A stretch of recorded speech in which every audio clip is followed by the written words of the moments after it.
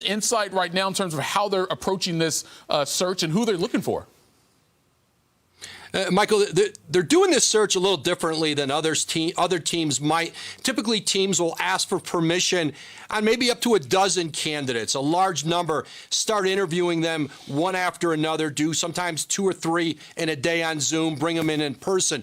The Lakers, what I'm told they're going to do is essentially call for permission on a couple guys at a time, talk to those coaches, think about it, and then move on to a next group of 2, perhaps 3. One coach they have called on permission to interview, Darvin Ham, assistant coach in Milwaukee. He's got a history as an assistant with the Lakers. And, you look at the Mike Budenholzer head coaching tree in the NBA. Taylor Jenkins in Memphis.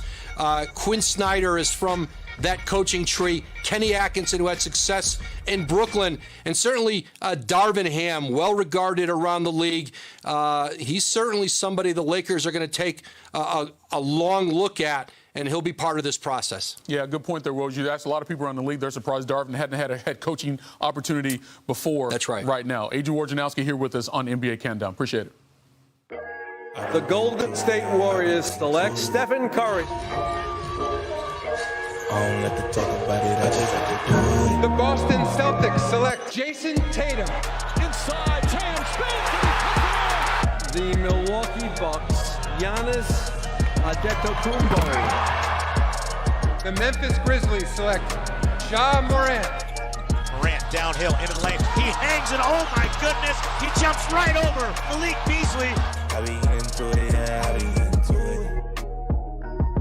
All right, now we're on ESPN2 tonight, obviously because the NFL draft is over on ESPN. But the game will be over on ESPN beginning at 9 o'clock Eastern, 6 out west. But since we're doing this on draft night, we thought we'd have a little fun and stage a draft of our own a little bit. So we're going to put all the remaining players in the playoffs right now into a pool and pick who we would want to build a franchise around.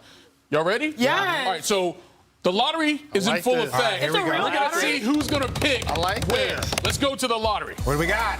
All right, see, this Atlanta. Come on. Yeah. Oh, Detroit just got the number 1 pick. Y'all ain't. Pistons got the number 1. So I'm number 1? No, you're number 4. So I get to pick first. All right, Eves is picking third. Y'all heard me. Who's going to get the number 1 pick? It's going to be Sinead. Because Jalen will be picking second. Okay. So again, we're picking players who are currently in the playoffs. Okay. You are building a franchise for the future. For the future. Shanae Agumike. Number 1 pick goes to the number 1 pick. You know what I'm saying? Oh, she did drop that. Nice like what flex. you did there. Very fitting. Very fitting. So who would you pick? Start your franchise with right now. Easy. I'm starting my franchise with Giannis Antetokounmpo, baby. I was about to say. Giannis Antetokounmpo. You better. Don't play no games. My goodness. Who else when is you left? He single-handedly, I know, thank you. I took the best. He single-handedly, built this franchise back. And what he's been able to do, I know a lot of people sometimes during this stage of the last few years pointed out to some criticisms in his game, but he's really quieted all the haters. And he's the most lovable player, honestly, in the NBA based on how he conducts himself. He can drop 50, he can win you a championship, and then off the court, he's just someone you root for. So Shanae's franchise starts with Giannis Antetokounmpo, and it's only right for Nigeria, you know what I mean? Wow. Okay. It's only right. So if it's for the future, that means not the Splash Brother, not CP3. I'm going to go with the emerging superstar of this year's playoffs, Jason Tatum. Oh. There's one team in the NBA that didn't win a playoff game. That's the Nets. And if you haven't heard of their team, by that? they have Kyrie Irving and Kevin Durant on their roster. And not only did Jason Tatum outplay KD, he locked them down defensively. Hey, yeah. That's my choice for number 2. That would have been my choice before Jalen Rose took the top player off my draft board, but you put together a draft board for situations such as that. So my selection would be Ja Morant. Not only is he going to give me ticket sales to come into the building each and every night because I need to establish my franchise financially. But what Ja Morant has shown since he's been in the league is not only a desire to be great, but a lack of fear. He does not fear the moment. He embraces the moment. As he says, he runs to the smoke. He is a dude that will always get better each passing year. He can lead a team to a championship. Question, where are you from? I'm from Kentucky. Okay, this is what I'm saying. I don't think in the history of any draft, this is definitely like a fantasy draft. Because I get the 4th pick, and I get, Jason Tatum, You got. I know you JJ. Luka is that dude. Who do you think I was going to take? Luka. Okay, then this is why Luka. But no, this is why. There are probably only 4 or 5 guys currently, maybe even less than that when you drop them in a team, they are creating for everyone else, and they're going to go score 35, 40 if you need them to. That's Luka. That's LeBron. Giannis can kind of get in there, but again, Luka can knock down a 3 if you need him, knock down a free throw, step back, do it all. Now, defensively, he's probably the worst of the 3, but I would take him over Ja Morant in my personal. But what do I know?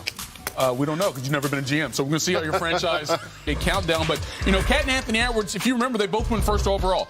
Ja went behind Zion Williamson at number 2, but Zion didn't play a single game this season due to foot injuries. Threw down a few of these highlight reel dunks, though, pregame and in practice, if you remember. His Pelicans were eliminated last night by the Suns. Today, he was asked if he was actually healthy enough to have returned in the postseason. From a physical standpoint, I definitely could have played. But me and my team in the front office and the team, we decided that longevity was better than trying to rush back. Longevity was better than trying to rush back. When you hear that, Shanae, what does that say to you? Oh, I'm so frustrated. Just because we finally wanted him to speak, and now we speak, and now we're getting more questions a little bit. Like, every athlete is going to say they want to play, and they feel like they could have helped, especially when your team has lost and is out of the playoffs. So he's saying, per se, the right things. But if I'm Zion, and this is big picture, I feel like this situation, like, the Pelicans made their own name without him in this circumstance. And now I'm trying to jump on board to this team and this culture that really can actually be set over the edge if you are in it for the right reasons. I have to give so much credit to CJ McCollum because once he stepped in New Orleans, the Prez, which everyone knows, NBPA president, it felt like there was leadership. People were empowered, B.I. balled out. And now Zion is like the final piece, which you would thought be the main piece because he's the franchise player. So, like, I hear these things and I'm just like, so I'm glad you're speaking, but let the offseason work. There's 2 franchise players. There are players that establish themselves as that dude, and then there's guys that we want to be that guy because you were the top pick, because you were the best player. My thing about this, he made the right decision. The organization made the right decision. We're in the postseason. We're fighting. You don't take a Ferrari out of the garage that's just been going to the grocery store and then you try and have it run a race because it's not fine-tuned for that. He's not fine-tuned for the most intense moment of your basketball career, and that's what the playoffs are. And we've seen guys that are fine-tuned, Devin Booker. We've seen Chris Middleton. We've seen guys tweak things and have issues. If you put a guy that hasn't played basketball in an entire year out there in the court and say, go help us during the postseason, you are asking for trouble. Yeah. The disappointment probably came truly about 6-7 weeks ago, about 2 months ago, when you were hoping that he could have joined them to build up into this run. Once that window was gone, Jamal Murray, Kawhi Leonard, we can go down the list of guys that just decided to sit out the entire year, rightfully so. You just saw Zion and called him a Ferrari? That's what you saw? All right. Okay. You know, like that bubble Ferrari. The bubble Ferrari. What's that? I don't know what it is. So, like, you know, the little SUV joint. So they definitely did the right thing. And Shanae hit on something that I want to talk about. Now Zion has to join a situation that was successful without him. And he played 68 games last season. 27 points, 60% from the floor. So now he sees Ingram improve. He sees them add CJ. The rookies play really well in the playoffs. And they're not begging him to come back. And so now when you have a coach like Willie Green, who started really poor with the squad, and then he now leads them to the play-in and then to the playoffs, Zion is like, I could get a max deal and join them? I need in. Yeah. And here's the other thing that they did that was smart. He's going to have to use this offseason and get in his best shape possible. Ever. Yeah. He's a professional athlete. It's okay for us to speak on this. Luka, when he changed his body, Draymond, when he changed his body, Jokic, Embiid. It happens. Giannis even. It happens. And imagine, he's dominant right now. Yes. When he decides to do that, it's going to be like it's not a sustainable dominance. Yeah. It's not a sustainable dominance, and that's the real big issue. Correct. Right? You can't depend on him. If he can only play that amount of games, right. Like, you need 70 games from and the that guy. goes to get in better shape. But check out a potential starting lineup for this squad next season. A team that just lost to the Suns in 6 games, but now you add Zion to that mix. What could that potential be for them? But let's get a little more insight into Zion Williamson, because in addition to talking about whether he could have played in the playoffs, he was talking about that extension. Adrian Wojnarowski, our NBA senior insider, joins us now here in Woj. He said he couldn't wait to sign that extension fast enough if and when the team delivers it to him. From what you've been told and people you've spoken to, what insight can you give us?